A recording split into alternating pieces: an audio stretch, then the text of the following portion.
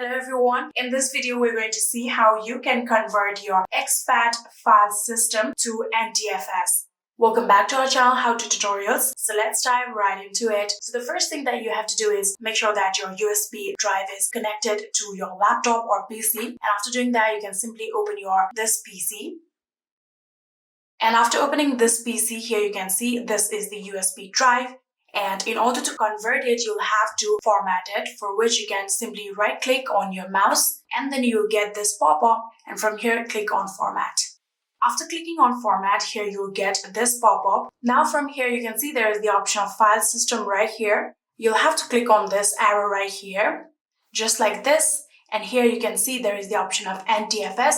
Click on NTFS, and now what we're going to do is click on start right here. And here you'll get a warning that all of your data will be erased. So make sure that you have a backup of your data. So we're going to click on OK. And just like this, here you can see our format has been completed. So simply click on OK. And right now here you can see our file system is in NTFS. And yeah, that is it. That is how you can convert from exFAT to NTFS. I hope this video was helpful to you guys. If it was, please do not forget to hit that subscribe button and like our video. Thank you so much for watching. See you in the next.